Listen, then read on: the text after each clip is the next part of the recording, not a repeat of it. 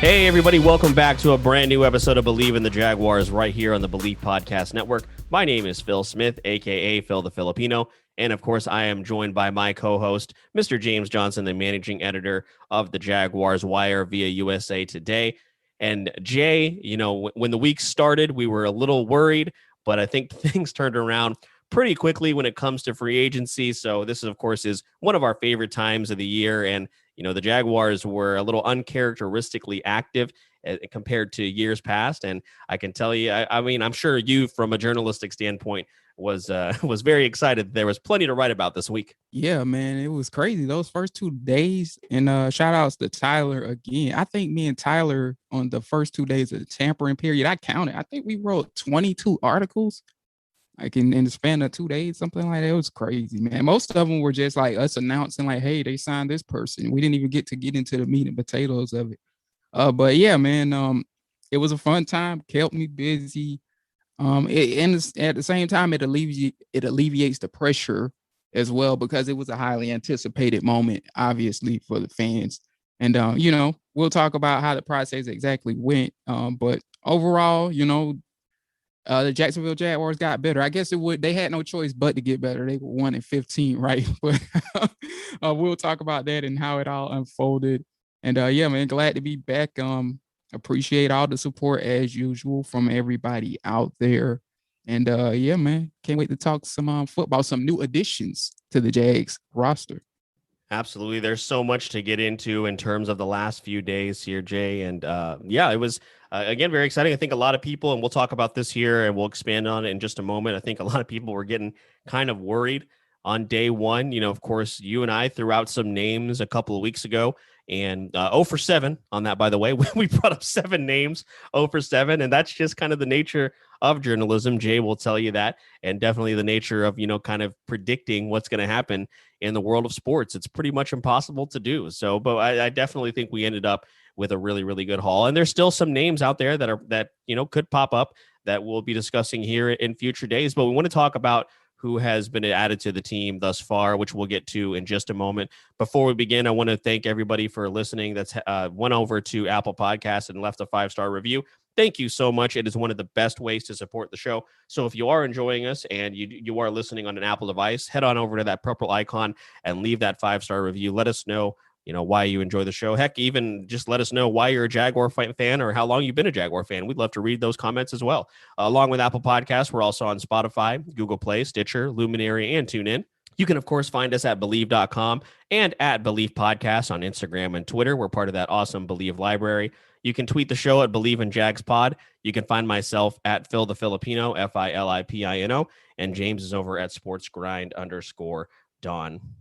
Before we continue, I do want to give a quick shout out to our first sponsor of the day, which of course is BetOnline. BetOnline is the fastest and easiest way to bet on all your sports action. Of course, the NBA is in full swing and college basketball heats up as the schools make their way to the madness. The tournament is coming, and so is the $100,000 Bracket Madness contest, as BetOnline is the spot to be for all your bracketology needs. BetOnline has you covered for all of the news, scores, and odds. It's the best way to place your bets, and it's free to sign up. Head to the website betonline.ag or use your mobile device to sign up today and receive your 50% welcome bonus on your first deposit. BetOnline, your online sportsbook experts. So, Jay, we are going to get to the free agents here in just a moment, and also the re-signings that the Jaguars have done over the last few days. I did want to take a moment here to acknowledge the events from a couple of days ago in Atlanta, where there was a senseless tragedy. Where an armed gunman shot down 8 people at an Atlanta spa, primarily run an Asian run spa. 6 women, 6 Asian women were killed in that just terrible tragedy, Jay. And one thing that's been great, of course, and a lot of things, but one thing that's been great about Believe is they have given us this platform to talk about everything that has gone on, here, of course, the last year with, being very, very heavy in terms of the Black Lives movement, Black Lives Matter movement. You and I have been openly talking about that. And again, Believe has encouraged us to talk about those things. And, of course, we had to take a moment to acknowledge that here. if you guys don't follow us on social media, we tweeted out, this show, of course, is run by two minorities. Jay is a Black man living in Georgia. I'm a Filipino man living here in Florida. And, all of our lives, we have been subject to prejudice and racism and, uncomfortable situations. But that hasn't stopped us. That we definitely, of course, have been big advocates for equality and, standing up against hate speech. And, what happened the other day, Jay, is very sad. It's incredibly devastating. Of course, hate crimes against Asian Americans and Pacific Islanders have been on the rise over the last year, ever since the coronavirus outbreak started. And, it's definitely getting worse. And, there have been, of course, a lot of reports of incidences across the entire country. And those are just ones that are reported. We don't know what the true number is. We probably never will know. And, I wanted to thank everybody, take a moment to thank everybody that's reached out. Jay, of course, you included, you're my family, your family is my family. And, just getting through this difficult time. And of course, shouts out to our buddy Josh as well. Your kind words mean a lot in this moment. And, I appreciate y'all. So I know we wanted to take a moment to, of course, acknowledge those lives lost the other day. And again, a senseless, just terrible tragedy. Yeah, man. No things necessary. Because like when we were going through the whole George Floyd thing and the whole Black Lives Matter thing, you also, you know what I'm saying? Like you brought it to the forefront of the podcast. So, like I kind of see, I'm not an Asian, so I don't want to say that I know what you're going through personally, but to a degree, I see the world through the same lens because, like you said, we're both minorities, and we a lot of things we go through in this country are similar. So that being said, it's just so sad and tragic what happened in Atlanta, a place that's making so much progress. You know what I'm saying? And to see that go down, especially in my home state, it just kind of does something to you. But nonetheless, as I said on I think it was Twitter that I said this, to the Asian community, stay resilient as you have. That's one thing I admire about the Asian community is that they are resilient. And in this tragic time, stick together, because what better time to do it than now? And also, you know what I'm saying, as allies, the Black community and other communities, the Indian community as well, man. Like I think it's important that at this time we come to y'all side because a lot of y'all were by our side when George Floyd dealt with his killing. Let's call it what it was, a killing. And even before that, it was stuff that came up with Castile and many other places that we're still dealing with. So that being said, I just want to send my condolences and heart out to the family involved in that situation and anybody else affected by that as well, because it was people that just seen it on the news, Asians that seen it on the news that were affected by it. And I just hope one day that we could just do better. And the hatred and all of the killing and stuff, we got to stop it. But who knows when it's going to come to an end? But all we can do for now is stick together, be by each other's side, love each other, and get the message out there for our allies and get the message out there for other minorities that are dealing with similar things that we are in this country. Yeah, no, absolutely, Jay. Very, very, very well said. And again, for anybody that's listening, no matter your background, just take this opportunity to learn and to learn something from someone in your life that if that you may not have known before. Listen to their concerns. Just be there for people, because I can tell you right now, there are people in our community that are there. We're hurting right now. We really are, and people are scared. For sure. So just like Jay said, we got to for sure come together and make sure that instances like this just are eradicated altogether. So again, Believe has always championed us to use the platform for instances such as this, and this episode was going to be no different. But you guys came here to talk football. Jay and I came here to talk football because we want a little bit of an escape from everything else that's going on right now, and we love this team. So we want to talk about all the excitement that has gone on over the last few days for the Jacksonville Jaguars. Because Jay, there's a lot to be optimistic about, and when some of these names started coming up, I think a lot of people were definitely very concerned wondering, hey, where is well, not Allen Robinson because he was tagged, but hey, where's Curtis Samuel? Where's Trent Williams? Where is Shaq Barrett? Where are these names? Because it started off a little slow. Some of the signings you heard are about early on. Jamal Agnew, who is listed as a wide receiver, but more of a special teams specialist. Safety Rudy Ford. Tight end Chris Mannertz, again, not quite Jonnu Smith or Hunter Henry. Jahid Ward, defensive end.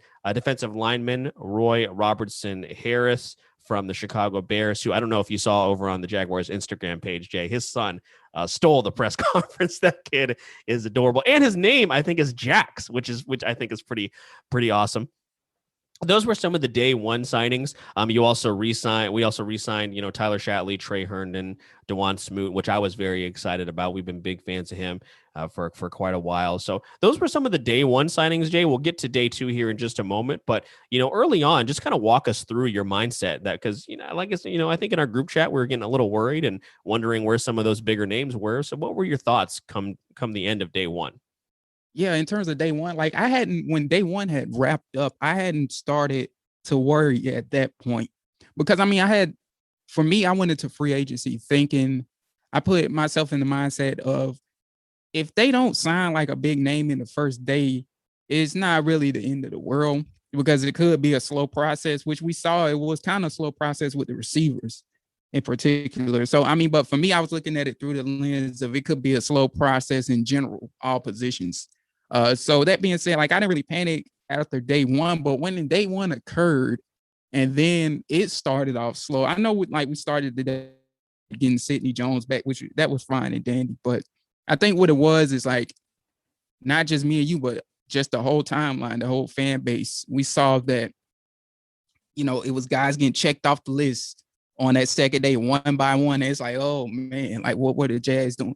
And there was some guys that, even in day one that the Jaguars were reportedly involved with, like John Johnson, who, got checked off a day earlier. And it's like, Trent Baalke or Urban Meyer, what are y'all doing? Like, what I'm saying? With that much space, we can't be losing John Johnson to the Browns. You know what I'm saying? Who the Ravens linebacker? What was Matthew Judon, who was on our list? Right. And that's not to say like the Browns are a bad team or anything like that. I'm just saying like when you have the capital that the Jaguars had, it feels like to me, and that was the big part of this is getting accustomed to a non-Dave Caldwell free agency because it feels like Dave Caldwell would have got a John Johnson or Matthew Judon first. And, a lot of people won't like that name or to hear that name. But it's funny, we were actually seeing people, whether they were joking or not, saying like, oh man, I miss Dave Caldwell in day one. That was the thing about him. Like Dave could do deals. And, with John Idzik in-house, who is no longer there as well, John Idzik constructed the deals. They were good negotiators. You know what I'm saying? Like at the end of the day, you could probably say, oh, they overpaid this guy or that guy when you look at it in hindsight. But it's free agency. You're going to overpay. And, what better time to overpay if you're the Jacksonville Jaguars? And that's the point I'm trying to make for Baalke and Meyer. What better time to overpay than when you lead the league in cap space? So, it just concerned people day one that somebody in-house might have been being a little bit too frugal when you see them lose out on Johnson. And to their defense, in day two, which I guess, we'll talk about that in a minute because you just asked about day one. But, I think they looked at day one and said, okay, it might be time to up the ante or whatever the case may be. And, they kind of recovered. Yeah, a couple other names here, Jay, that I forgot to mention as well. Rayshawn Jenkins was a day one signing. Philip Dorsett, of course, a day one signing as well, or, part of the legal tampering period. So, a couple of guys, when you spend weeks talking about, Marcus Williams, John Johnson, Allen Robinson, Kenny Golladay, names like Rayshawn Jenkins and Philip Dorsett may not necessarily move the needle, but they do still fill needs. We learned today that Keelan Cole has signed with the New York Jets. So, you got to replace some of that speed that we've been talking about this for weeks. You got to replace the speed that you're about to lose, Dede Westbrook, Chris Conley. So, when you look at the actual day one agreements that we listed here, what do you feel about them? Is there anybody specifically that stands out as your favorite or even a couple favorites from the day one signing period? Yeah. Like I said, while it was a little underwhelming in a sense of like we just said the names that they missed out on, Judon Johnson, so on and so forth. And one of the names that you just named, Rayshawn Jenkins, while, he isn't John Johnson or Marcus Williams, he is a respectable safety. And he's a guy that I do believe can start for the Jacksonville Jaguars. I mean, he's been doing it for the last 2 years. He started as a special teamer, or he began his career, should I say, as a special team in the first 2 years, and then the second 2 years he's been a starter pretty much in all of the Chargers games since. So he's a guy. If I can recall when I read up on it, I think he had a 70 in terms of coverage grade. Not scared to stick his nose in the run game as well. And so on and so forth. So he's definitely an upgrade, in my opinion, from, how I gather it. And I got to look at it a little bit more film on him, but he's definitely an upgrade over the likes of a Dewey Wingard and Josh Johnson, Josh Jones, I'm sorry, who we were throwing out there, who are more so special team guys. So definitely, while we didn't get the names we wanted, they still made upgrades. But again, like they were 1-15. So it was kind of easy to make upgrades. But Jenkins is a guy that could, you know what I'm saying? Like, what I'm saying is I don't want to discredit that signing because, while he's not one of the top tier guys that we spoke on, he's definitely a guy that could flourish with the Jacksonville Jaguars. And, he's a guy that you could tell wants to be here from the press conference. That's good. He's from Fort Lauderdale. He talked about being a childhood friend of Shaquille Griffin. They grew up together, basically. They played like a little league together. So that signing could be an underrated one. The Jaguars clearly got better in the secondary there.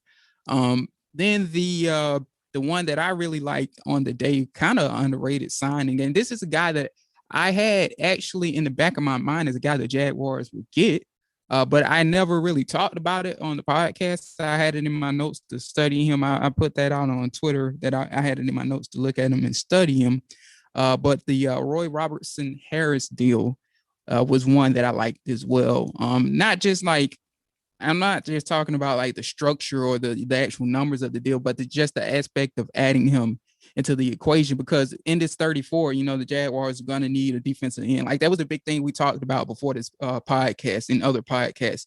They need somebody to start alongside Devon Hamilton, and so on and so forth. And they need more people in that rotation in general, because if they do what the Baltimore Ravens do, it's about rotating linemen more than so having, a star at this position or a star at that position. Like they really, really work a rotation there in terms of the defensive line with the Baltimore Ravens. And we saw them, which we'll talk about day 2 and the other moves they made. We saw them show that that's probably going to be the case, that they're going to use a rotation with the defensive line. The moves reflect that. The moves also reflect that they are going to be a 34 team. So that being said, I like that move. I think he can be a guy that could be dominant for the Jacksonville Jaguars. He's still growing in terms of a player and in terms of development. And actually, today it was crazy. He said that he modeled his game after Calais Campbell, which is crazy because we had Calais here. And he's a taller guy like Calais, you know what I'm saying? And you have to play low.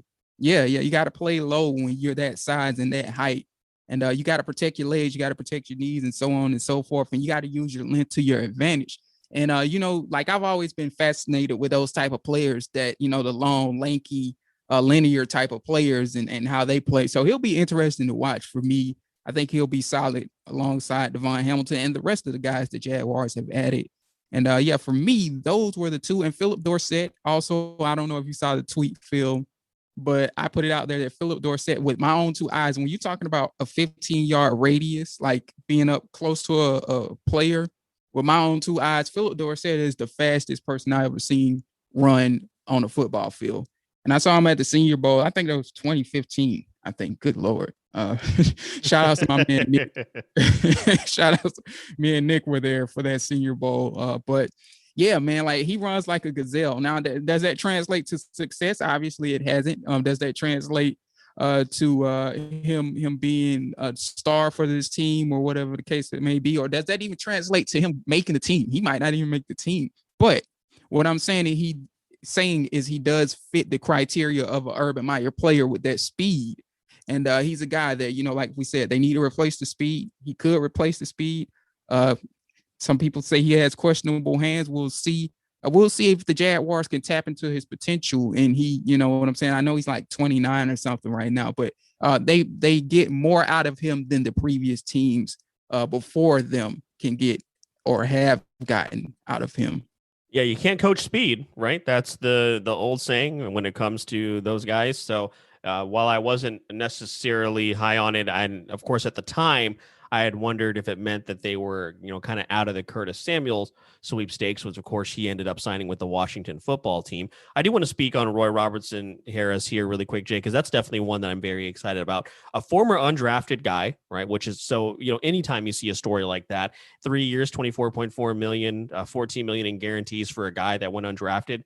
Hell yeah, man. I'm always going to sign up for that. That is great. And then we did reach out to our friends at the Bear Essentials podcast. Just wanted to get a quick scouting report from them. They said, we're going to miss him. You all got a good one, versatile player and improved every season. And that's why he's in the position that he is in now. I had tweeted out the other day. So he had a 67 PFF grade on 245 snaps in 2020. That grade actually would have ranked second on the team last year for defensive tackles behind Doug Costin, who had a 68.3. For comparison, Daniel Ekual posted a 52.7 in 290 snaps. So 45 more snaps there from Daniel, and Roy ended up having a higher grade. So, of course, with more snaps, you hope to see more production. And, for a guy that has seemed to get better each and every single year, I'm definitely very excited for him. Rayshawn Jenkins, again, as you mentioned, another guy that I'm very much looking forward to. He did rank 29th amongst safeties in terms of PFF. But I'll tell you some of the guys, Jay, that are right around him. Deshaun Elliott,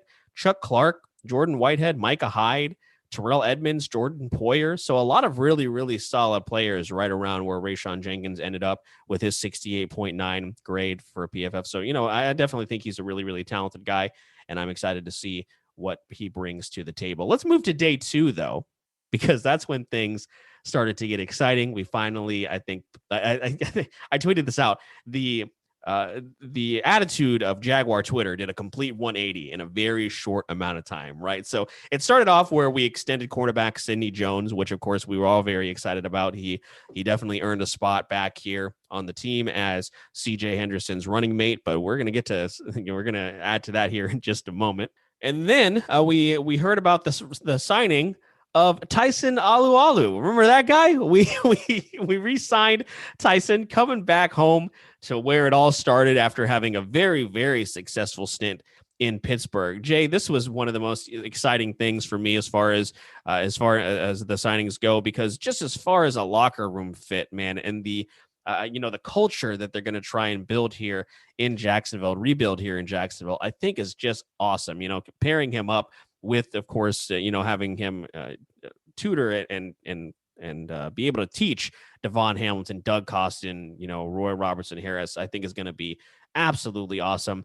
They bring in the tight end, probably not the one that people were expecting, because the Patriots signed all of them. I think they signed every single available tight end. So Chris Mannertz comes over from the Carolina Panthers, apparently more of a blocking tight end, and also another guy in the vein of a Mercedes Lewis, who was a basketball player turned football player. So that one was very, very interesting to see. They then signed the Ravens defensive end, Jihad Ward. So, Jay, not necessarily the guys that we were talking about. Of course, they missed out, on day one. And then another guy I think we were kind of throwing out there was Bowser. They missed on him, or they either didn't pursue him or he wasn't in play either. So they do get Jihad Ward. They then, of course, signed Marvin Jones, the Detroit Lions wide receiver, who pretty much does nothing but score touchdowns. That is his specialty. He finds the end zone. And then they also traded for Saints defensive tackle Malcolm Brown, Hookem. And then, Jay, day 2 is capped off, and these aren't necessarily the order in which these all happen, but day 2 is headlined by the signing of Seattle cornerback Shaquille Griffin to a 3-year, $40 million deal. There it is, the big signing that we were all waiting to hear about. Once some of the names started coming off the board, we start wondering, hey, maybe is Shaquille Griffin in the mix? Of course, he played football right down the road, college football down at UCF. Was he on that quote unquote national championship team down there at UCF? I don't remember if he was on those teams. I know he was on. Was he a teammate of Blake Bortles? I can't remember.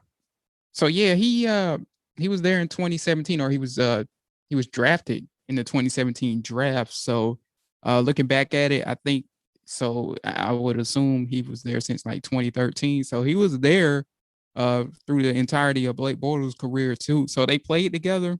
However, it looks like he was gone by the time they had that crazy season that everybody has been talking about. But nonetheless, though, Your national championship year.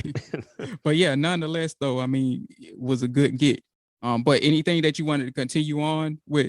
Yeah, no, the of course those were all of the primary names, I believe, just pulling up. But I will say, Jay, before you talk about the day two, the day two signings, the travesty that happened the other day was the Jaguars trading superstar tight end Josh Oliver to the Baltimore Ravens for what is essentially going to be a 7th-round pick. They basically swapped Josh Oliver for Malcolm Brown, is essentially what they did, because they sent a 7th to the Saints for him as well. Now, Malcolm Brown was most likely going to be released. They were trying to trade him, trying to find a trade partner for him. They finally did get one here with the Jaguars. But as I mentioned, just an absolute travesty that Josh Oliver is not going to get a shot here in Jacksonville. I absolutely wish him all of the best over in Baltimore. And on a serious side of things, Jay, that really wasn't too surprising, given that nobody from the coaching staff or the front office that drafted him and coached him, they're not around anymore. So it really wasn't too surprising. A 3rd-round pick, a guy that I think a lot of people expect to possibly have a pretty high ceiling, but unfortunately just could never get healthy here in Jacksonville. I was devastated to see that. Of course, if you guys don't remember, back at the beginning of this previous season, we did our hot takes, or our pretty much our hot take episode is what we did, unpopular opinion, what have you. And my bold prediction was that that Josh Oliver was going to lead the team in touchdowns. He then proceeded to go on IR, I think maybe 2 weeks later, and never played it down in the 2020 season, unfortunately. But, again, in all seriousness, we wish Josh the best. Hope he's able to stay healthy and hopefully able to find a groove over there with Lamar Jackson, because I think that would be really cool. And, hope that he can have some success. But again, just like we said, Jay, that day two was headlined, of course, by a very exciting signing of Shaquille Griffin. Hey, everybody. Hope you're enjoying this episode of Believe in the Jaguars. Really quick, I wanted to give a brief moment to talk about our newest sponsor, eBay. Whether rare dead stock or the latest release, find the exact shoe you're looking for. As the original sneaker marketplace, eBay is the place to go to cop the pair that you've been eyeing. With eBay's authenticity guarantee, your sneakers are meticulously inspected by independent professional authenticators. A team of experienced sneaker authenticators verify the box, logo, stitching, and dozens of other inspection points. Each sneaker also receives an authenticity guarantee tag that includes a digital stamp of authenticity, and it also protects sellers with a verified return process. And for you sneaker sellers out there, eBay has eliminated selling fees on sneakers over $100, making it free to sell or flip your collection. Go to ebay.com/sneakers today. eBay, the world's best destination for discovering great value and unique selection. Yeah, first on Josh Oliver. Before this podcast, I was on the 410 Sports Talk show. They are a YouTube channel for the Baltimore Ravens, if I'm not mistaken, or they probably covered Baltimore sports in general. But we talked about the Josh Oliver situation because they wanted a little intel on him.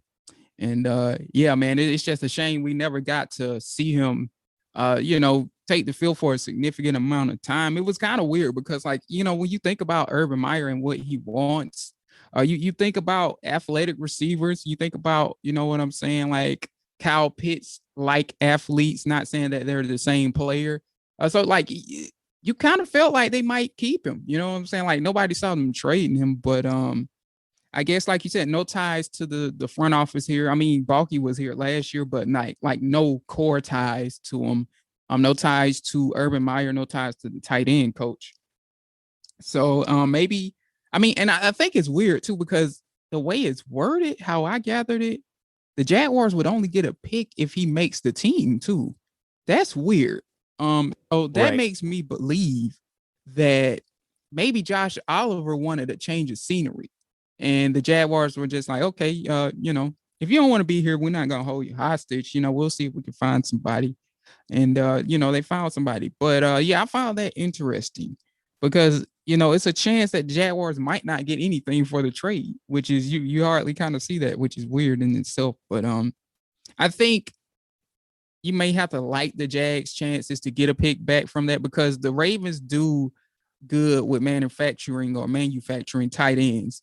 And I mean, we all know the Ty Heaps and Andrew, Dallas Goddard. No, Dallas, excuse me, Goddard is in Philadelphia. But they've had plenty of good tight ends come through there in Baltimore. So the chances are he might stick to the team, and we'll get our 7th round pick for next year. But in terms of, like you said, man, the day 2 situation, man, much better. I don't know if Urban Meyer took over negotiations or if he ever wasn't a part of the negotiations, whatever the case may be. But they definitely, or maybe, hey, it might have been a part of the plan all along, was to be quiet on day 1, kind of, and kind of rev it up on day 2. But that being said, like you were saying, I mean, it was a lot to like. Extended Sidney Jones was a good one, albeit, like health is a big concern with him. I'm sure it's not like a expensive contract. I think it might be a 1-year deal. We'll have to look into that. But just bringing him back after, what we saw from him when he was on the field, he was arguably their best cornerback when he was on the field. I mean, I guess you could say Henderson was balling out at times too. So it's good to have him back. Good to have that depth, good competition, good to have a veteran within a very young group. I mean, that's the issue, is they're so young at the secondary, or in the secondary in general. Like you said, bringing Tyson Alualu back, man. Love it. Love it, love it, love it. Because not only because of what you said with the situation of him, mentoring and tutoring Hamilton and Doug Costin and all of these young guys, but also because Tyson Alualu is still a good player. He's still at 32 years of very good. 32 years of age. He's still producing, and he started in 10, 11 games last year for the Steelers, coming from an organization. And I think that's where what really helps the Jaguars. Not only did they want Tyson because of the connection to Joe Cullen, obviously Joe Cullen was his coach during the first stint here, and I think it was his rookie and second year that he coached Tyson Alualu in Jacksonville. But Joe Cullen and Tyson Alualu know what top-notch like after coming from the AFC North, and seeing the battles that went on between those two teams with the Ravens and the Steelers, and a lot of that can be very, very important in terms of a culture to bring into this organization, because they need it. Like, they don't have that winning mentality. They don't, you know what I'm saying? They don't have that.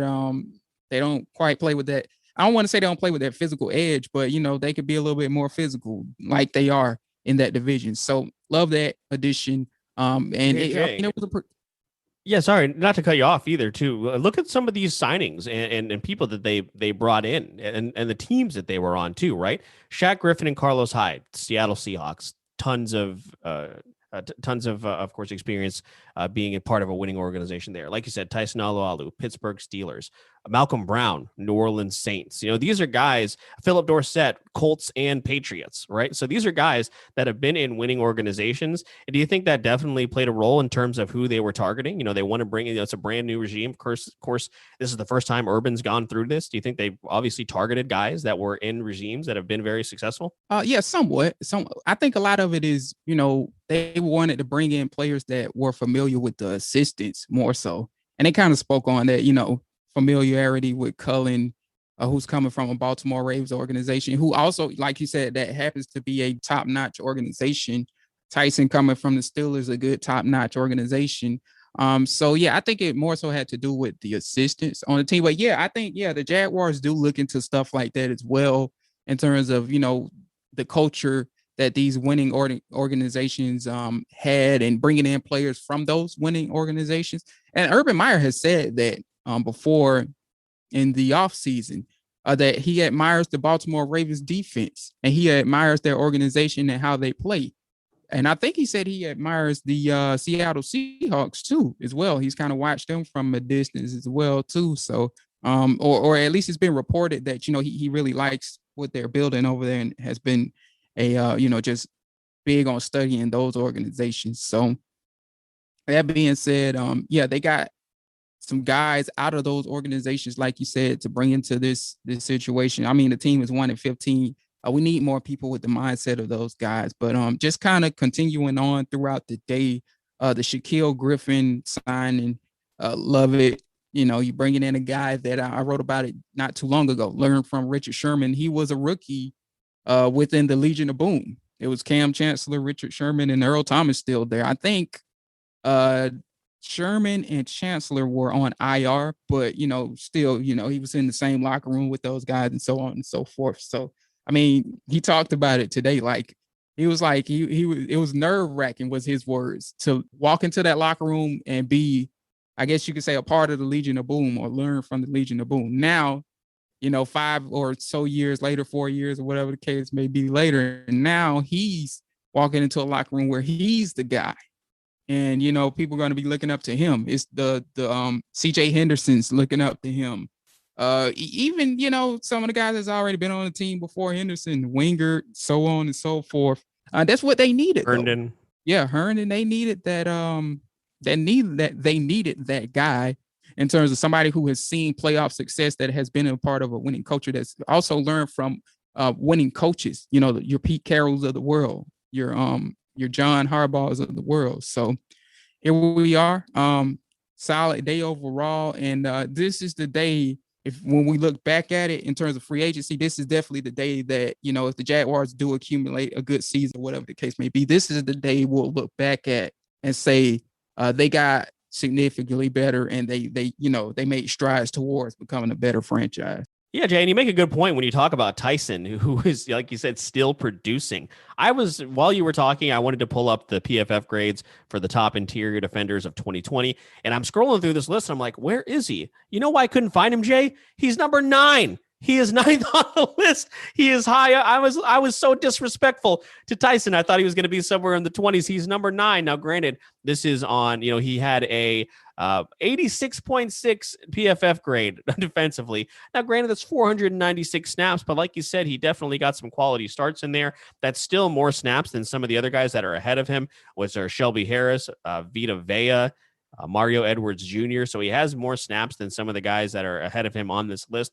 But yeah, like you said, Tyson, he's still producing at his age, and the amount of experience and just the guidance that those two guys between Tyson and Shaquille Griffin are going to bring, you really can't put that in terms of you can't calculate it in terms of like numbers and statistics. It's just look at the difference that Calais and AJ made when they came in, mentoring some of these guys. Now, of course, when it comes to like guys like Jalen, it didn't really work, but the rest of the locker room, I'm sure, really, really appreciated having Calais and AJ Boye around. But yeah, these are a couple of signings, Jay. Like you said, if you down the road, maybe midway down the season or at the end of the season, you're going to look back and say, man, those were huge pickups. Marvin Jones Jr. is a guy that, again, like I said, all he really does is catch touchdowns. I think he's the only player in the last 2 seasons to have at least 9 touchdowns for both years. Malcolm Brown, of course, as I mentioned, a big pickup, I think, from the Saints. Again, adding him to that rotation is going to be fantastic.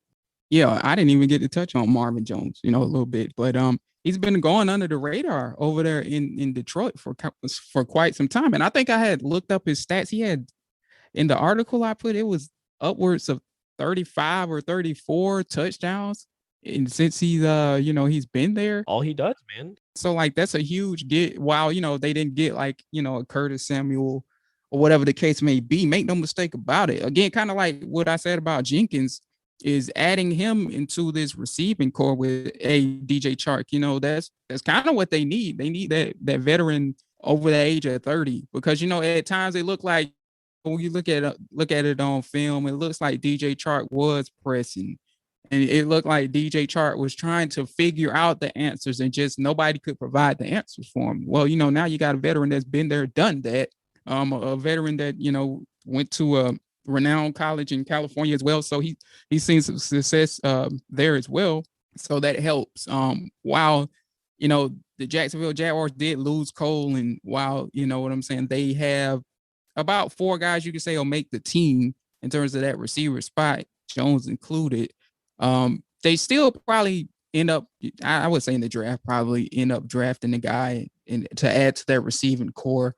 But make no mistake about it, the 4 top guys that they have, Shenault, Colin Johnson, Chark and Marvin Jones, that's a good four to have as your top four. And a lot of teams would not complain with that. And as Jags fans, man, I mean, I can't tell Jags fans what to do, but I mean, to me, that's an impressive bunch.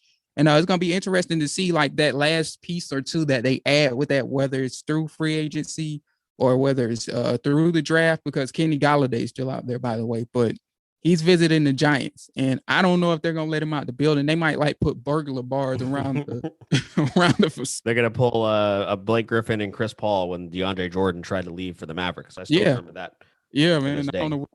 At the same time, man, like we made jokes about this. It is David Gettleman. You know what I'm saying? So sometimes David Gettleman don't be wanting to pay, but we'll see. If he escapes that building, maybe the Jags bring him into their building. Darrell Bevell is here, who was his coach. Urban Meyer, evidently. Everybody talked about Urban Meyer today in the press conferences, Griffin and Jenkins and everybody, and how he, was the guy that made them want to come here. Why not bring him into our building and at least try? I mean, the money's still there because they had so much. You got your speed guy now. You got Philip Dorsett, so now you can just kind of go after just pure talent. And of course, Kenny Galladay or Juju Smith-Schuster, which I'm not big on, but not to say that he's a bad player, but I don't know necessarily that he'd be a fit here. But I mean, now is the time, I guess, if you really want to go get another big name guy, you can go do it. Right. I mean, evidently, and that's the key, Phil. Evidently, whatever the Jaguars are telling the players that they have gotten to sign with them. Now, again, it's some guys that they missed out on that they couldn't get in their head, like the John Johnsons and the Judons of the world, or whoever else they tried that we don't know about, tried to sign. But the thing about it is, evidently, whatever Darrell Bevell or Urban Meyer are telling the guys that wanted to sign, it's bringing them in, it's reeling them in. Because, I mean, you see two receivers here following Darrell Bevell to Jacksonville, two of his former receivers. So why not give it a shot with Kenny Galladay? And again, you talked about this. They spoke highly of Darrell Bevell when he left. Matt Stafford said, or something along the lines of, this is what he said. Stafford lobbied for him, I believe. Right. And was saying, like, maybe if they kept Darrell Bevell as the head coach, maybe I would have stayed. We don't know, but that's one of the things that we'll never know the answer to. But he lobbied for him, and a lot of the praise that came out of that building were high for Darrell Bevell. So we'll see if they go down the Galladay road, or if they even have the opportunity to do so. Yeah, I think Marvin Jones, honestly, was probably the least surprising signing out of all of these, just because of how open he was in his support of Darrell Bevell. We probably should have seen that coming, and we kind of did. So, again, very, very exciting. I think it's probably more likely that they maybe target somebody in the draft that they like, as far as if they want to, keep that under control money-wise. But, Jay, what I wanted to say is, we're so close to this. For those of you that don't follow me on social media, I'm getting my first vaccine here on Saturday, my first dose. So, Jay, we're so close to this thing. I hope that by the time training camp comes around, we're all good to go and we are able to attend, because I want to see DJ Chark, Laviska Shenault, Colin Johnson, Marvin Jones, Philip Dorsett go up against Sidney Jones, CJ Harrison, Shaquille Griffin, Rayshon Jenkins, Trey Hearn. I want to see it so bad, just up close and personal, right there in training camp, where, things can definitely get competitive. I want to see, how Tyson is teaching all these young guys and stuff as well. Guys, we're so close, just continue to just a little bit further. We're getting a little bit of a small sense of normalcy, at least here and there. So, man, I just hope by the time training camp comes around, and then, of course, Trevor is going to be there. So that's going to be the big draw. But, we hope that by the time training camp comes around, we're able to attend safely. So we're really close, buddy. Yeah, man. Like, I didn't even think about it till you said it. Like, I'm excited to see all of that too. But like, what came to mind, I'm also excited to see, and this is kind of flashback stuff from when we first met, though. I'm excited to see Joe Cullen fussing at people. It was crazy, because when we signed Tyson Alu, I was like, wait, I can remember, if I can recall, was it Tyson one of the guys that, Cullen fussed at everybody? It wasn't just Tyson. But I was like, wait, didn't he used to, if I recall correctly, was it that one of the guys he fussed at? I mean, I'm sure it was. He didn't spare anybody, to be honest with you, back in the day, whether it was Austin Lane, Pot Roast, all of those guys. Larry Hart, that's a name we ain't heard in a while. I think Larry Hart's coaching, by the way. Now, shout outs to him getting that money. But yeah, man, like, yeah, I am excited to see that. And yeah, I'm gonna have vibes of 2010 again, even though that went in good terms of wins and whatnot. But like it was nothing for me, you engaged to go up and go to a training camp. We've been to them in the morning. We've been to them in the heat of the day, 3 o'clock, blazing heat, 98 degrees. We've been to them at night, which everybody's seen the video of that with Austin Lane, man. So it's nuts, man. It's nuts to see that we came from that on the bleachers, sweating and just dying and probably dehydrated and everything. So now, like, yeah, it's like, oh, we'll be on the sidelines, hopefully, if everything goes well with the vaccinations and everything. Absolutely, Jay. And of course, we'll have a lot more to talk about going forward as the dust settles on free agency. We will, of course, begin to focus on the NFL draft even more. We're going to get some more NFL draft experts on for as guests. And but yeah, Jay, hopefully there are some more names coming down the pipeline in terms of free agency. We keep waiting to hear that whether or not his brother, if little brother is going to come, if Shaquem Griffin is also on his way, which again I think would be an amazing locker room fit. See him. What number is he, Jay? Do you know what number Shaquem Griffin is? I'm going to Google it right now. A moment here. He was number 49.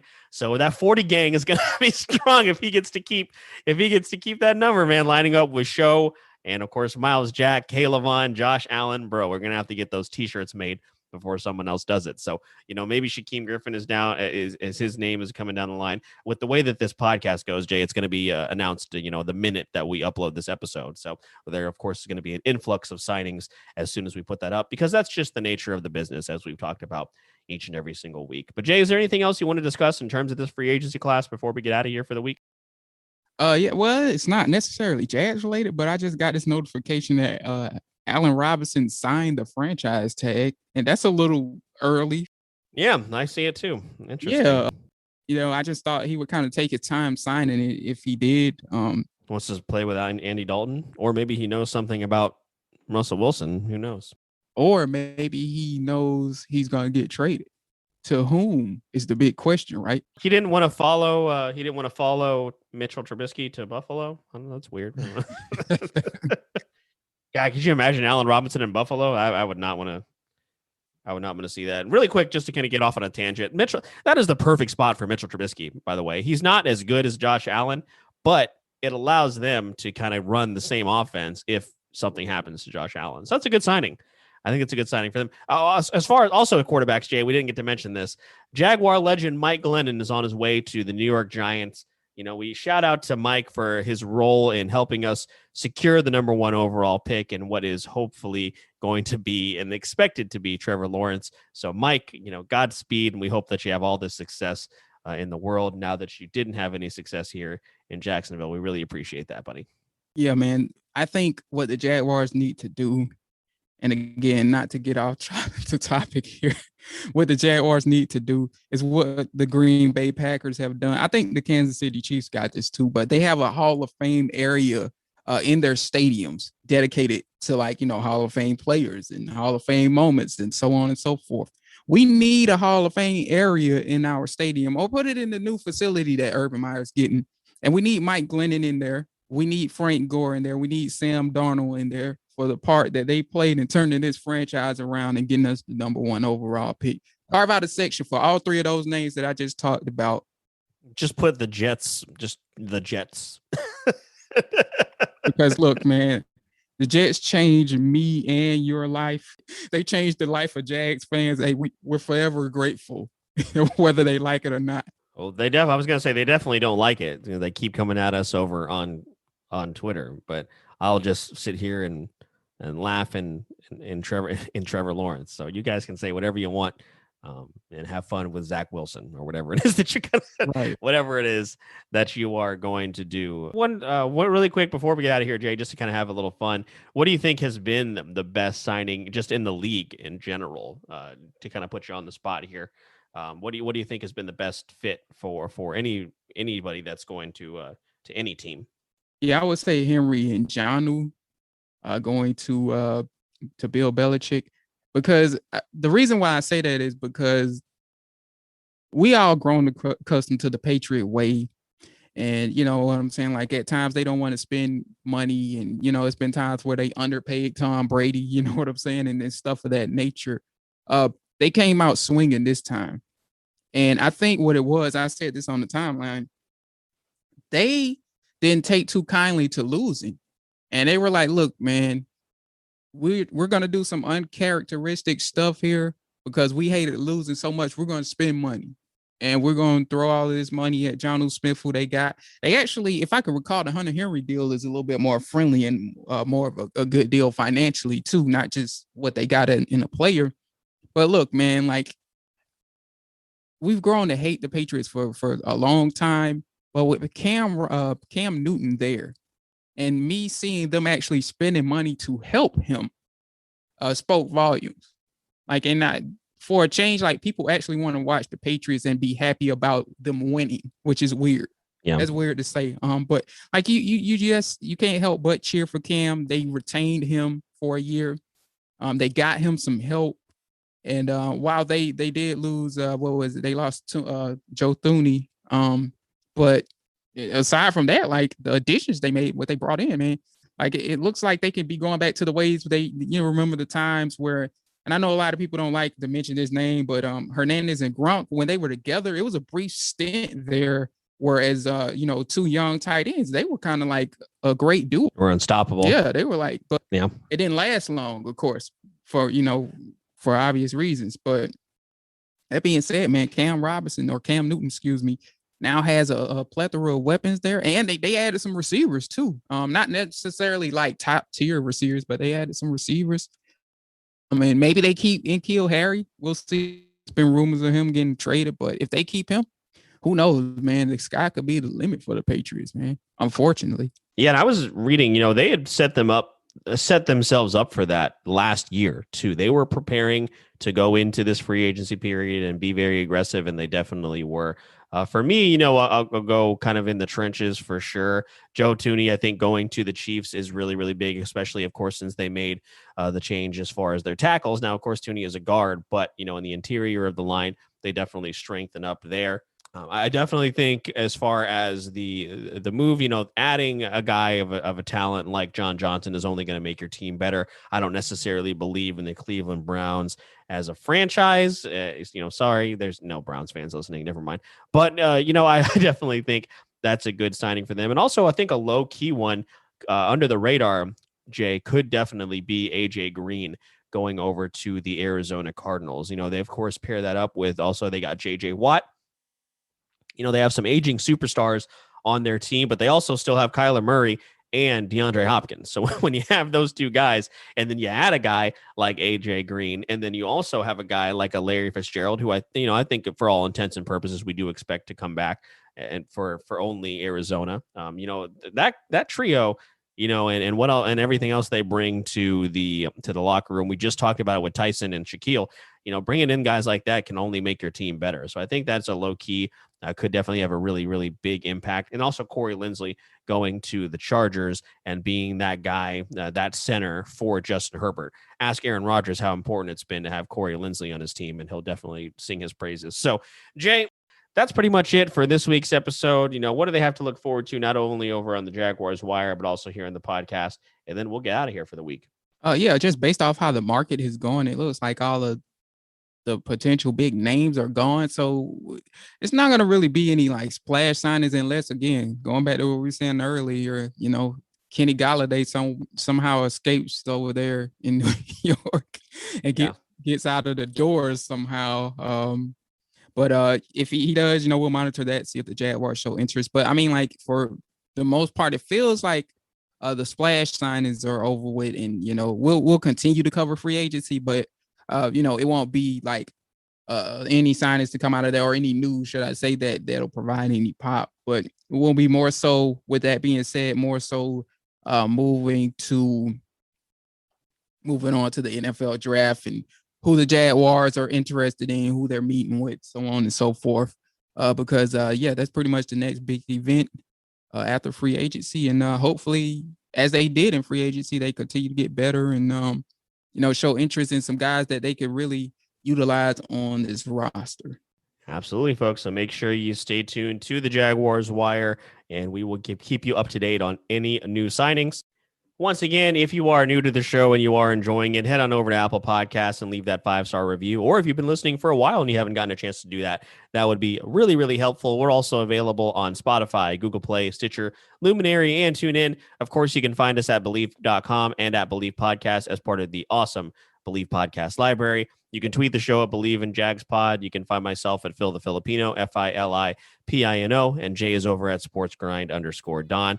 Everybody, you be safe. Thank you so much for listening to this week's episode. Don't forget to believe in the Jaguars, but more importantly, believe in yourselves. We'll see you next time, everybody.